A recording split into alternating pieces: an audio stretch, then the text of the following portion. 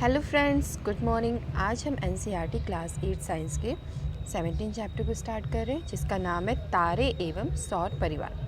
ठीक है, हम देखते हैं कि कभी कभी रात में तारे बहुत क्लियर दिखाई देते हैं, कभी नहीं दिखाई देते हैं। अगर आप गांव और शहर की तुलना करें तो गांव में तारे जो होते हैं आसमान में बहुत ही ज़्यादा क्लियर दिखाई देते हैं और शहरों में ये नहीं होता है। क्यों? क्योंकि जो शहरों में जो धूल धुएँ जो पोल्यूशन होता है उसकी वजह से पूरे जो तारे होते हैं वो हमें क्लियरली नहीं दिखाई देते, क्योंकि उनके नीचे पहले ही हमें जो होता है एक धुएँ का एक आवरण दिखाई देता है। और ये जो है ये गांव में ऐसा नहीं होता है, इसलिए वहाँ के जो आसमान होते हैं अक्सर हमें क्लियर, स्वच्छ और बहुत अच्छे से वहाँ के तारे दिखाई देते हैं। ठीक है, तो रात्रि के आकाश में सबसे अधिक प्रतिपिंड जो होता है हमें दिखता है वो चंद्रमा। हमने पहले क्लास में बताया था प्रदीप्त पिंड और दीप्त पिंड। प्रदीप्त पिंड वो होते हैं जो दूसरों के प्रकाश से प्रकाशित होते हैं और दीप्त पिंड वो हैं जो खुद के प्रकाश से प्रकाशित होते हैं। तो प्रदीप्त में जैसे कि आपका चंद्रमा, पृथ्वी, और दीप्त में आपके सूर्य, तारे ये हैं। तो तारे, ग्रह, चंद्रमा और आकाश के बहुत से अन्य पिंड खगोलीय पिंड कहलाते हैं। ठीक है, खगोलीय पिंड और उनसे सभी परिघटनाएं जो होती हैं उनके अध्ययन को खगोलिकी कहा जाता है। ठीक है, तो हमारे प्राचीन भारत में हमारे जो पूर्वज थे उन्होंने बहुत ही सुव्यवस्थित तरीके से आकाश का अध्ययन किया था। उन्होंने खगोलिकी से सूर्य, तारे, चांद और ग्रहों की गति के संबंध में एक कैलेंडर यानी पंचांग बनाया। उसके बाद उस कैलेंडर से जैसे अपनी दिनचर्या बनाई, तो इन कैलेंडर से वो फसलों की बुआई कौन सी करनी है, कैसे करनी है, उसका चुनाव करते थे। उसके बाद धीरे धीरे इसमें उन्होंने जैसे जलवायु और वर्षा का पैटर्न भी उनमें समझ में आने लगा। उसके बाद इसी के अनुसार वो मौसम और पर्वों की तिथियां भी निश्चित की है। ठीक है, तो आइए हम कुछ खगोलीय पिंडों की बात करते हैं यानी आकाशीय पिंडों की। तो सबसे पहले हम चंद्रमा। ठीक है, तो चंद्रमा को हम देखते हैं कि वो धीरे धीरे कभी हमें पूरा दिखाई देता है, कभी आधा दिखाई देता है, कभी नहीं भी दिखाई देता है। तो इस तरह से क्यों होता है? ठीक है, जिस दिन पूर्णिमा के दिन हमें चाँद जो होता है हमें पूरा दिखाई देता है। उसके बाद अगर हम धीरे धीरे देखें तो इसका चमकीला भाग धीरे धीरे घटता जाता है और जब 15वां दिन आता है तो ये हमें दिखाई नहीं देता, जिसे हम अमावस्या कहते हैं। ठीक, उसके बाद अगले दिन हमें एक छोटा सा इसका बस बिल्कुल एक पतला सा बिल्कुल चांद दिखाई देता है, जिसको कहा जाता है बाल चंद्र। ठीक है, इसके बाद धीरे धीरे प्रतिदिन चंद्रमा बड़ा होता जाता है और फिर से 15वें दिन पूरा होकर पूर्णिमा आती है। तो पूरे माह तक दिखाई देने वाली चंद्रमा की प्रदीप्त भाग की विभिन्न आकृतियों की जो होते हैं हम देखते हैं कि ये कैसे क्या हो रहा है। तो ये जो चंद्रमा की जो हमारे जो डिफरेंट पार्ट्स दिख रहे हैं इसको चंद्रमा की कलाएं कहते हैं। ठीक, तो इसके अनुसार चंद्रमा की कलाओं के अनुसार ही हमारे यहाँ बहुत सारे त्यौहार मनाए जाते हैं, जैसे कि दिवाली अमावस्या के दिन मनाई जाती है, महाशिवरात्रि कृष्ण पक्ष की त्रयोदशी को, बुद्ध पूर्णिमा गुरु नानक जयंती पूर्णिमा को मनाई जाती है और ईद जो होती है बाल चंद्र में मनाई जाती है। तो एक पूर्णिमा से दूसरी पूर्णिमा तक की अवधि जो होती है वो 29 दिन से कुछ अधिक होती है और बहुत से कैलेंडरों में इस अवधि को एक माह ही कहते हैं। ठीक, आगे हम देखते हैं कि ये चंद्रमा की जो कलाएं होती है हमें दिखाई क्यों देती हैं। ठीक, तो हमने 16 चैप्टर्स में देखा था अपने कि चंद्रमा जो है वो सूर्य या अन्य तारों की भांति अपना प्रकाश उत्पन्न नहीं करता, इसलिए तो प्रदीप्त है। ठीक, तो हमें चंद्रमा इसलिए दिखाई देता है क्योंकि अपने पर, ठीक है, अपने पर पड़ने वाले सूर्य के प्रकाश को ये परावर्तित कर देता है, इसलिए हमें दिखाई देता है। इसलिए हम उसके उसी भाग को देख पाते हैं जो कि हमारे सामने होता है, यानी सूर्य का प्रकाश जो हमारे तरफ परावर्तित होकर आया रहता है। यहाँ पे जैसे कि ये सूर्य का प्रकाश यहाँ पर आता है और ये पृथ्वी, ठीक है, इसका ये जो भाग होता है हमें दिखाई देता है।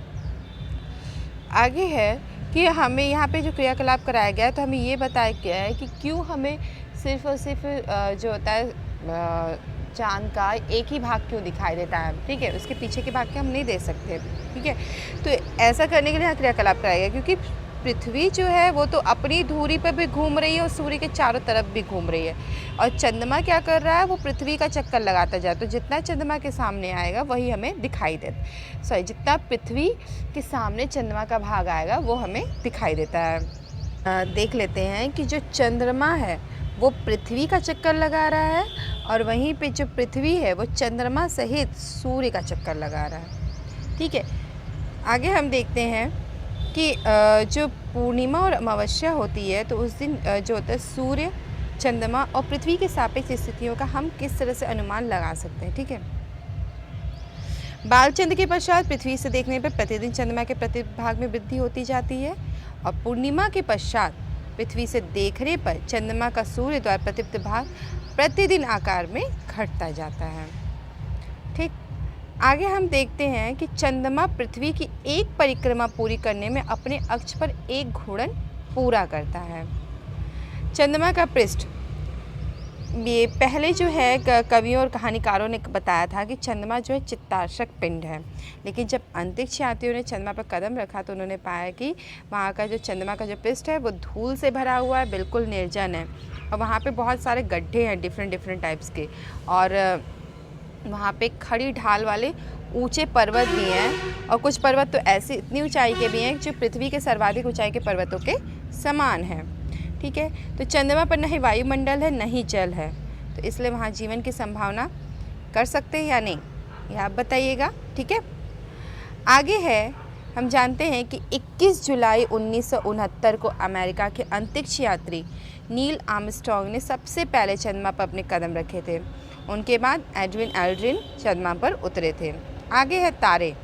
ठीक है, हमें तारे बहुत ज़्यादा असंख्य तारे दिखाई देते हैं और बड़ी संख्या में ये दूर किसी अंधियारी रात को भी आकाश में बिल्कुल ही आसानी से हमें देखे जा सकते हैं। तारे जो होते हैं हमेशा अपना प्रकाश उत्सर्जित करते हैं, यानी ये दीप्त पिंड हैं और ये सूर्य भी एक तारा होता है। ठीक है, तो हम देखते हैं कि अन्य तारे हमें तो बहुत छोटे छोटे दिखाई देते हैं, लेकिन सूर्य हमें इतना बड़ा क्यों दिखाई देता है? वो इसलिए क्योंकि सूर्य जो है हमारी पृथ्वी के सबसे निकटतम है और तारे जो है वो काफ़ी लाखों गुना काफ़ी दूर है, तो इस वजह से वो बहुत ही ज़्यादा बिंदु के समान दिखाई देते हैं और ये हमें बहुत बड़े दिखाई देते हैं। तो सूर्य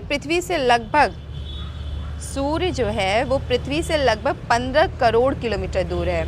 ठीक है, इसके बाद सूर्य के बाद जो हमारी पृथ्वी से दूसरा निकटतम तारा है वो है प्रॉक्सिमा सेंटोरी। ठीक है, इसकी दूरी पृथ्वी से लगभग 40,000 करोड़ किलोमीटर है। ठीक है, और कुछ तारे तो इससे भी कहीं अधिक दूर है। तो इतनी अधिक दूरियों को लंबाई के अन्य मात्रक प्रकाश वर्ष से व्यक्त किया जाता है। प्रकाश द्वारा एक वर्ष में चली गई दूरी है ये। ठीक है, या प्रकाश की चाल जो हमने बताई थी वो यहाँ पे है 3 लाख किलोमीटर प्रति सेकंड। इस प्रकार सूर्य की पृथ्वी से दूरी लगभग 8 प्रकाश मिनट है और अल्फा सेंटोरी लगभग 4.3 प्रकाश वर्ष दूर है।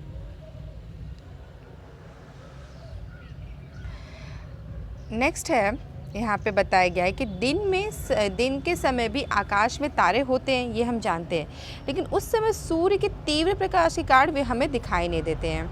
ठीक है, तो यहाँ पे हम देखते हैं कि तारे जो होते हैं वो पूर्व से पश्चिम की ओर गति करते हैं। तो कोई तारा जो सूर्यास्त होते ही पूर्व में उदय होता है, सामान्यतः सूर्योदय से पहले पश्चिम में अस्त हो जाता है। ठीक है, ये लाइन इम्पॉर्टेंट, कोई तारा जो सूर्यास्त होते ही पूर्व में उदय होता है। ठीक है, और सामान्यतः सूर्योदय से पहले पश्चिम में अस्त हो जाता है। आगे है, तो इसका मतलब ये होता है कि अगर हमें तारे पूर्व से पश्चिम की ओर जाते हुए दिखाई दे तो ये जो पृथ्वी की जो घूमने की दिशा होगी वो उसके जस्ट अपोजिट होगी, क्योंकि जैसे हम किसी गाड़ी में बैठे होते हैं, ठीक है, हम जा रहे होते हैं तो हमारे जो बगल की जो वस्तुएं होती हैं जो हमें दिखाई देती हैं रोड पे, वो अगर हम आगे को जा रहे हैं तो वो पीछे को जाते प्रतीत होती है। तो ठीक उसी तरह से जैसे कि तारे हैं हमें पूरब से पश्चिम की तरफ दिखाई दे रहे हैं, तो हम जो पृथ्वी है वो पश्चिम से पूरब की तरफ। ठीक, कुछ ऐसे भी तारे हैं जो कभी भी मतलब रोटेट नहीं करते या घूमते नहीं हैं। ठीक है, तो इन तारों को ध्रुव तारा कहा जाता है, क्योंकि ये जो होते हैं पृथ्वी के अक्ष पर बिल्कुल यहाँ अक्ष की दिशा में स्थित होते हैं, इसलिए पृथ्वी तो घूम रही है लेकिन ये जो होते हैं ध्रुव तारे ये वहीं के वहीं होते हैं।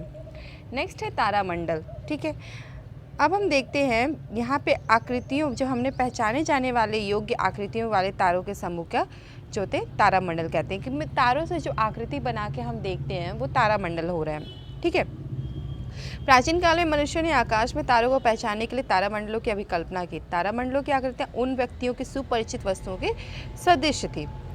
तो रात्रि में आकाश में कुछ तारामंडलों की हम पहचान कर सकते हैं, देखते हैं। सबसे पहले यहाँ दिखाया गया है ग्रेट बियर, ठीक है, फिर ओरायन, फिर कैसियोपिया, फिर लियो मेजर। यहाँ पे इनको जो है यहाँ पे जितने उनको तारे वैसे मिले यहाँ पे, इसको जो है कलछी के आकार का भी कहा जाता है, ठीक है। तो इस तरह से यहाँ कुछ मिले। तो सबसे पहले जो सर्वविख्यात तारामंडलों में एक विख्यात तारामंडल है वो है सप्तऋषि, ठीक है, जिसे हम गर्मियों में रात्रि के प्रथम पहर में देख सकते हैं। यहाँ पे जो ग्रेट बियर है इसी को सप्तऋषि यहाँ पे बताया जा रहा है, ठीक है, जैसा कि हम पे देख रहे हैं।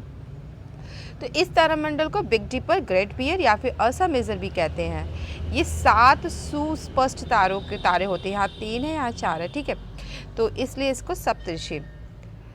ये कलछी की हत्थी में 3 और तथा कटोरी में 4 इनके होते हैं। जैसे ये कलछी की हत्ती हो गई तो ये 3 और ये 4।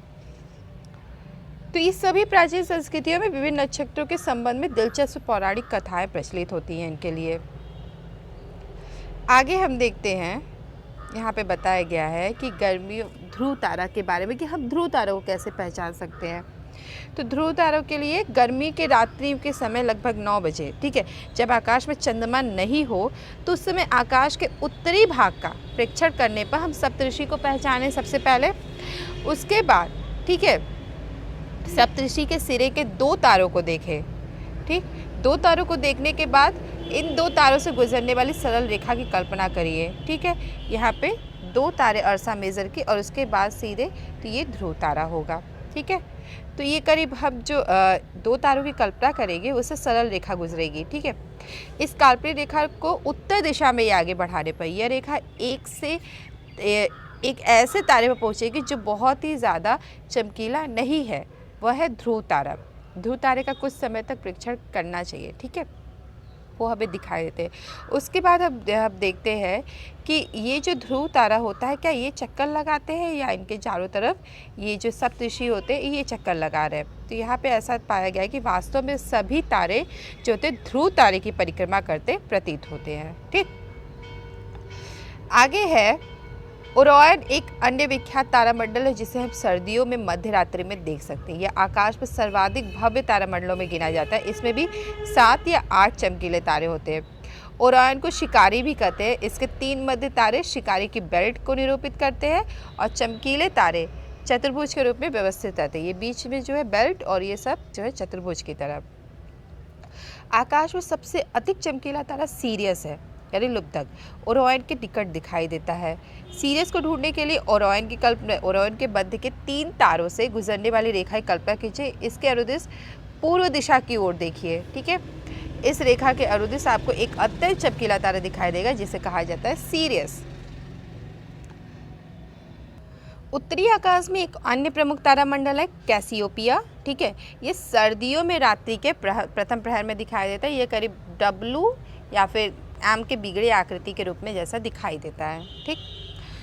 तो जो तारामंडल होते हैं, किसी तारामंडल में केवल 5 से 10 तारे ही नहीं होते, इसमें बहुत सारे तारे होते हैं, लेकिन उसमें से हम जो नंगी आंखों से अपने देख सकते हैं हम उन्हीं की कल्पना करते हैं, ठीक है।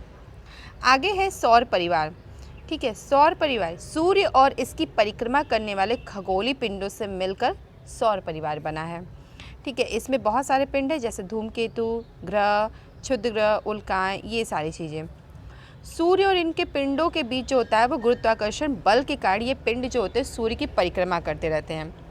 ये गुरुत्वाकर्षण के कारण क्यों परिक्रमा करते हैं ये क्लास 9th में हम देखेंगे अच्छे से, ठीक है। पृथ्वी भी जो है सूर्य की परिक्रमा करती है। यह सौर परिवार का एक सदस्य है, यह एक ग्रह है, ठीक है। हम पृथ्वी की बात कर रहे हैं। इसके अतिरिक्त 7 अन्य ग्रह होते हैं जो सूर्य की परिक्रमा करते रहते हैं। सूर्य से दूरी के अनुसार इनके क्रम कुछ इस प्रकार है। सबसे पहले सूर्य और इसके चारों तरफ सबसे पहले जो चक्कर लगाता है बुध, फिर शुक्र, पृथ्वी, मंगल, बृहस्पति, शनि, नेपच्यून और यूरेनस, ठीक है। आगे है करीब 2006 तक सौर परिवार में 9 ग्रह थे, ठीक है। प्लूटो सौर परिवार का सूर्य से दूरतम ग्रह था, लेकिन 2006 में अंतर्राष्ट्रीय खगोलीय संघ ने ग्रह की नई परिभाषा को अपनाया जिसके अनुसार प्लूटो ग्रहों की श्रेणी में नहीं आता है और अब ये सौर परिवार का ग्रह नहीं है। तो सबसे पहले हम सूर्य के बारे में देखते हैं। सूर्य हमारा सबसे निकटतम तारा है। यह बहुत ही ज़्यादा विशाल मात्रा में ऊर्जा और प्रकाश हमें देता है, ठीक है। पृथ्वी की लगभग समस्त ऊर्जा का स्रोत सूर्य है, ठीक है, और सभी ग्रहों की ऊष्मा और प्रकाश की ऊर्जा का मुख्य स्रोत सूर्य ही है। नेक्स्ट है ग्रह। ग्रह तारों की भांति होते हैं, ठीक है, प्रतीत होते हैं, परंतु ग्रहों में अपना प्रकाश नहीं होता है, ठीक है। केवल ये उन पर पड़ने वाले सूर्य की जो परावर्तित किरणें होती हैं वही हमें दिखाई देती हैं। ग्रहों और तारों में जो होता है अंतर करने की सरलतम विधि यह है कि तारे टिमटिमाते हैं जबकि ग्रह ऐसा नहीं करते हैं, ठीक है। तारों के सापेक्ष सभी ग्रहों की स्थिति भी बदलती रहती है। जैसे हमने तारों की बात की थी कि वो पूरब से पश्चिम दिशा की ओर गति कर रहे हैं। प्रत्येक ग्रह जो होता है एक निश्चित पथ पर सूर्य की परिक्रमा करता है और इसको कक्षा कहते हैं। और किसी भी ग्रह द्वारा सूर्य की परिक्रमा पूरी करने में जो समय लगता है उसे उस ग्रह का परिक्रमण काल कहते हैं। ग्रहों की सूर्य से दूरी बढ़ने पर उनके परिक्रमण काल भी बढ़ जाते हैं, ठीक है। नेक्स्ट है कि ये जब चक्कर लगाते हैं सूर्य के चारों तरफ तो क्या ये जो है टकराते नहीं हैं? बिल्कुल नहीं, क्योंकि ये अपने अक्ष पर जो होते हैं सिर्फ और सिर्फ चक्कर लगाते रहते हैं, इसलिए इनमें कोई भी टक्कर नहीं होती है। और पृथ्वी जो है अपनी जो है धुरी पर भी घूर्णन करती रहती है, जैसे कि यहाँ पे लट्टू को दिखाया गया है, ठीक। कुछ ग्रहों को ज्ञात जो होते हैं, कुछ ग्रहों के हमें ज्ञात उपग्रह भी पता है, जैसे चंद्रमा यानी पृथ्वी का। किसी खगोलीय पिंड की परिक्रमा करने वाले अन्य खगोलीय पिंड को पहले खगोलीय पिंड का उपग्रह कहते हैं, ठीक है। तो पृथ्वी का जो है परिक्रमा चंद्रमा कर रहा है तो चंद्रमा को हम उपग्रह कह रहे हैं। तो ये भी हो सकता है कि पृथ्वी को सूर्य का उपग्रह कहा जा सकता है, क्योंकि हम जानते हैं कि पृथ्वी जो सूर्य का चक्कर लगाते हैं। तो सामान्यतः हम इसे सूर्य का ग्रह कहते हैं, ठीक है। तो ग्रहों की परिक्रमा करने वाले पिंडों के लिए ही उपग्रह शब्द उपयोग होता है और चंद्रमा पृथ्वी का उपग्रह है। बहुत से मानव निर्मित उपग्रह भी पृथ्वी की परिक्रमा कर रहे हैं, जिन्हें कृत्रिम उपग्रह कहते हैं। लगभग 4000 वर्ष पुराने ऋग्वेद में प्राचीन भारत की खगोलकी का उल्लेख किया गया है, ठीक है। वहाँ पे उन्होंने बताया है कि खगोलकी पर आर्यभट्ट का योगदान सबसे ज़्यादा रहा। उन्होंने आर्यभट्टिया में उल्लेखित किया है, जिसे उन्होंने 23 वर्ष की आयु में 499 CE में लिखा था, ठीक है। उन्होंने करीब जितनी भी बातें बताई थी वो हमारे आज के अनुमान से यानी साइंटिफिक अनुमान जितने बताए गए उनके करीब करीब हैं, ठीक है। तो उन्होंने कहा था पृथ्वी अचल है, कि प्राचीन मान्यता के विपरीत आर्यभट्ट ने सुझाया खगोली, जैसे कि पहले के लोगों ने कहा पृथ्वी अचल है, तो आर्यभट्ट ने सुझाया कि पृथ्वी गोल है और यह अपने अक्ष पर घूर्णन करती है, ठीक है।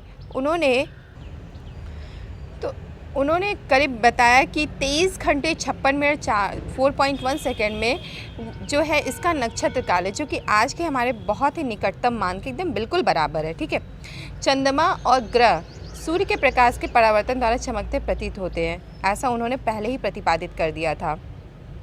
चंद्र और सूर्य ग्रहणों की भी उन्होंने वैज्ञानिक व्याख्या दी थी। उन्होंने कहा था कि जब पृथ्वी की छाया चंद्रमा पर पड़ती है तो चंद्र ग्रहण होता है, और जब चंद्रमा की छाया पृथ्वी पर पड़ती है तो सूर्य ग्रहण की परिघटना होती है, ठीक है। तो आर्यभट्ट के अनुसार पृथ्वी और चंद्रमा के बीच की दूरी का मान वर्तमान में ज्ञात दूरी के बहुत ही करीब है। नेक्स्ट हम देखते हैं बुध, ठीक है।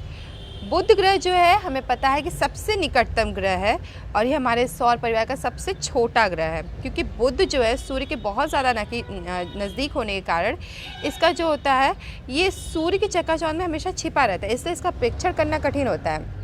या तो सूर्योदय के तुरंत पूर्व करें या तो सूर्यास्त के तुरंत पश्चात, ठीक है, तो इसको देखा जा सकता है। इसलिए यह वही दिखाई देता है जहाँ वृक्षों या भवनों द्वारा क्षितिज को देखने में कोई बाधा नहीं आती है, ठीक है। और बुध का कोई अपना उपग्रह नहीं है। नेक्स्ट है शुक्र। ग्रहों में शुक्र जो है पृथ्वी का सबसे निकटतम पड़ोसी है, ठीक। यह रात्रि के आकाश में बहुत ही ज़्यादा चमकीला होता है। कभी कभी शुक्र को हम पूर्वी आकाश में सूर्योदय से पूर्व देखते हैं, कभी कभी सूर्यास्त के तुरंत पश्चात, ठीक है। इसलिए हम शुक्र को जो है एक प्रभात तारा या प्रातः तारा कहते हैं या फिर संध्या तारा कहते हैं, ठीक है। सूर्य का अपना कोई उपग्रह नहीं है और इसकी अपने अक्ष पर घूर्णन गति कुछ असाधारण है। यह पूर्व से पश्चिम की ओर घूर्णन करता है, जबकि पृथ्वी जो है पश्चिम से पूर्व की ओर गति करती है, ठीक है। नेक्स्ट है पृथ्वी। पृथ्वी जो है वो सौर परिवार का एकमात्र ऐसा ग्रह है जिस पे जीवन है। ठीक है, पृथ्वी पर जीवन विद्यमान होने और उसकी निरंतरता बनाए रखने के लिए हमें पर्यावरणीय अवस्थाओं के लिए उत्तरदायी होना पड़ता है। ठीक है, अंतरिक्ष से देखने पर पृथ्वी के पृष्ठ पर हमें जल और भूमि से प्रकाश के परावर्तित होने के कारण यह नीली हरी प्रतीत होती है, इसलिए इसको नीला ग्रह भी कहा जाता है। ठीक है, पृथ्वी का घूर्णन अक्ष इसकी कक्षा के तल के लंबवत नहीं है। ठीक है, इसका अपने कक्ष पर झुकाव पृथ्वी के ऋतु परिवर्तन के लिए उत्तरदायी है। पृथ्वी का केवल एक ही उपग्रह है जो है चंद्रमा। नेक्स्ट है मंगल। यह पृथ्वी के बाद की जो है अगली कक्षा में पहला ग्रह है। ठीक है, यह हल्का रक्ताभ प्रतीत होता है, इसलिए इस ग्रह को लाल ग्रह भी कहते हैं। ठीक है, और मंगल के 2 छोटे प्राकृतिक उपग्रह हैं। अब उपग्रह हमारे स्टार्ट हो गए पृथ्वी से। पृथ्वी के 1 थे, मंगल के 2। ठीक है, मंगलयान। भारतीय अंतरिक्ष अनुसंधान संगठन इसरो ने भारत का पहला मंगल कक्षेत्र ऑर्बिटर मिशन मंगलयान 5 नवंबर 2013 को प्रक्षेपित किया, जो कि 24 सितंबर 2014 को मंगल की कक्षा में सफलतापूर्वक पहुंच गया। तो इस प्रकार भारत अपने प्रथम प्रयास में इस कार्य को करने वाला विश्व में पहला देश बना। नेक्स्ट है बृहस्पति। बृहस्पति जो है हमारे सौर परिवार का सबसे बड़ा ग्रह है। ठीक है, और ये इतना बड़ा है कि लगभग 1300 पृथ्वियाँ इसके अंदर रखी जा सकती हैं। ठीक है, लेकिन बृहस्पति का द्रव्यमान जो है पृथ्वी के द्रव्यमान का लगभग 318 गुना है। यह अपनी अक्ष पर अत्यधिक तीव्र गति से घूर्णन करता है।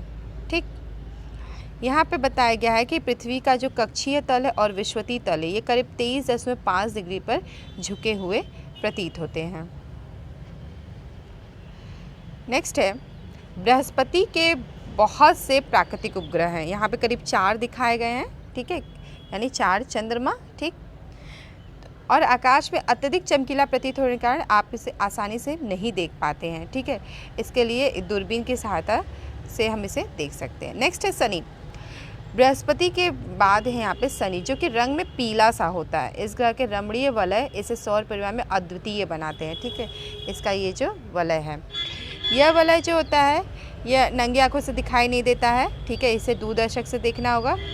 शनि के भी बहुत से प्राकृतिक उपग्रह हैं और शनि के बारे में यह बात कही जाती है कि सभी ग्रहों में यह सबसे कम सघन है, यानी इसका घनत्व जल के घनत्व से भी कम है। ठीक, आगे है यूरेनस और नेपच्यून। ये सौर परिवार के बाह्यतम ग्रह हैं। इन्हें केवल बड़े दूरदर्शकों की सहायता से देखा जाता है। शुक्र की भांति यूरेनस भी पूर्व से पश्चिम दिशा में घूर्णन करता है। ठीक, यानी कि इसकी जो विशेषता है कि यह अत्यधिक घूर्णन अक्ष पर झुका रहता है और जिसकी वजह से यह कक्षीय गति करते समय अपने पृष्ठ पर लुढ़कता सा प्रतीत होता है। ठीक, तो सौर परिवार के जो हमने पहले 4 ग्रह देखे, बुध, शुक्र, पृथ्वी और मंगल, अन्य 4 ग्रहों की तुलना में ये सूर्य के सबसे ज़्यादा निकटतम है, इसलिए इन्हें आंतरिक ग्रह कहा जाता है। वे ग्रह जो मंगल की कक्षा से बाहर है, जैसे बृहस्पति, शनि, यूरेनस और नेपच्यून, आंतरिक ग्रहों की तुलना में कहीं अधिक दूर है, इसलिए इन्हें बाह्य ग्रह कहा जाता है। ठीक है, और बाह्य ग्रहों के अधिक संख्या में चंद्रमा होते हैं, यानी उपग्रह होते हैं।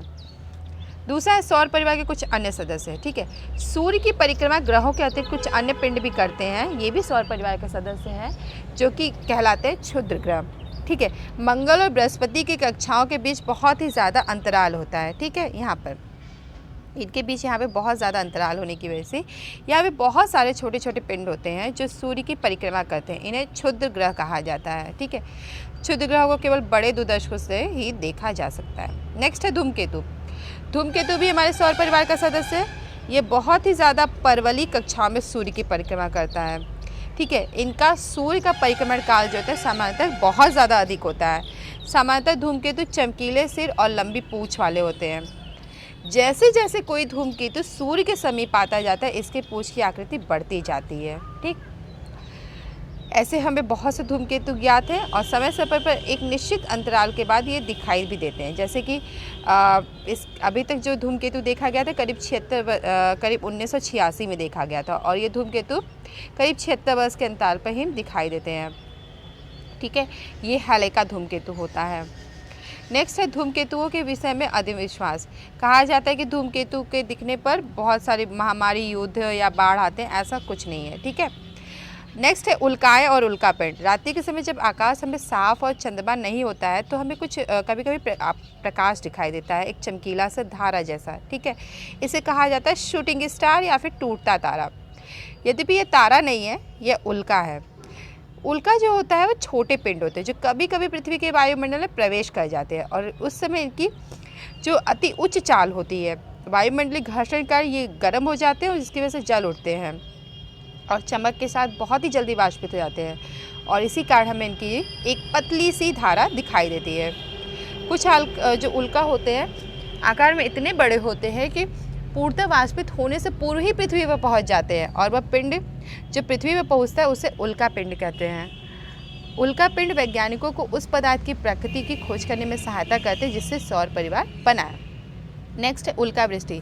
जब पृथ्वी किसी धूमकेतु की पूंछ को पार करता है तो उल्काओं के झुंड दिखाई देते हैं, ठीक है। उन्हें उल्का वृष्टि कहते हैं, उल्का वृष्टि, ठीक है। ये जो होते हैं समय समय पर हर वर्ष जो होते हैं कुछ अंतराल पर होते रहते हैं, ठीक है। नेक्स्ट है कृत्रिम उपग्रह। हमने सुना होगा कि पृथ्वी की परिक्रमा बहुत सारे कृत्रिम उपग्रह कर रहे हैं। ये जो होते हैं मानव निर्मित होते हैं। ये पृथ्वी के प्राकृतिक उपग्रह चंद्रमा की तुलना में बहुत ही ज़्यादा निकट रहकर पृथ्वी की परिक्रमा करते हैं। भारत ने बहुत सारे कृत्रिम उपग्रह का निर्माण किया और इसे भेजा है, जैसे कि इनसेट, ठीक, इनसेट है, IRS, कल्पना 1, EDUSAT आदि, ठीक है। तो कृत्रिम उपग्रहों के बहुत से व्यावहारिक अनुप्रयोग हैं। इनका उपयोग मौसम की भविष्यवाणी, रेडियो, टेलीविज़न के संकेतों के प्रेषण में किया जाता है और उनका उपयोग दूर संचार या फिर सुदूर संवेदन के लिए भी होता है, यानी कि सूचनाएं एकत्रित करने के लिए। तो ये रहा हमारा आज का चैप्टर। आज के मेन पॉइंट्स देख लेते हैं। चंद्रमा की कलाओं की घटना का कारण यह है कि हम चंद्रमा का केवल वह भाग ही देख पाते हैं जो सूर्य के प्रकाश से हमें परावर्तित होकर दिखाई देता है। तारे अपना प्रकाश उत्सर्जित करने वाले खगोलीय पिंड है। हमारा सूर्य भी एक तारा है। तारों की दूरियों को हम प्रकाश वर्ष में व्यक्त करते हैं। तारे जो होते पूर्व से पश्चिम की ओर गति करते हैं। पृथ्वी से देखने पर ध्रुव तारा स्थिर प्रतीत होता है क्योंकि यह पृथ्वी के घूर्णन अक्ष की दिशा में निकट होता है। तारामंडलों के तारों के ऐसे समूह जो पहचाने योग्य आकृतियाँ बनाते हैं वो तारामंडल कहलाते हैं। सौर परिवार 8 ग्रहों और क्षुद्र ग्रहों, धूमकेतु, उल्काओं के झुंड से मिलकर बना हुआ है, ठीक है। नेक्स्ट है किसी ऐसे पिंड को जो किसी अन्य पिंड की परिक्रमा करते हैं उन्हें उपग्रह कहते हैं। चंद्रमा पृथ्वी का प्राकृतिक उपग्रह है, ठीक है। और कुछ जो होते हैं कुछ ग्रह प्राकृतिक उपग्रह भी होते हैं कुछ ग्रहों के, जैसे कि हमने देखा था मंगल और बृहस्पति, इन सब के बहुत ज़्यादा जो थे उपग्रह थे। शुक्र ग्रह जो है रात्रि के आकाश में दिखाई देने वाला सबसे चमकीला ग्रह है। इसे सुबह का तारा या सांझ का तारा कहते हैं। सौर परिवार का सबसे बड़ा ग्रह है बृहस्पति। कृत्रिम उपग्रह पृथ्वी की परिक्रमा करते हैं और ये चंद्रमा की तुलना में पृथ्वी के बहुत ही ज़्यादा निकट होते हैं। कृत्रिम उपग्रहों का उपयोग मौसम की भविष्यवाणी, दूरसंचार और सुदूर संवेदन के लिए किया जाता है। ये रहा हमारा आज का चैप्टर। हमारा वीडियो कैसा लगा हमें ज़रूर बताइएगा और इसे लाइक, शेयर और सब्सक्राइब भी ज़रूर करिएगा। Thank you. Have a good day.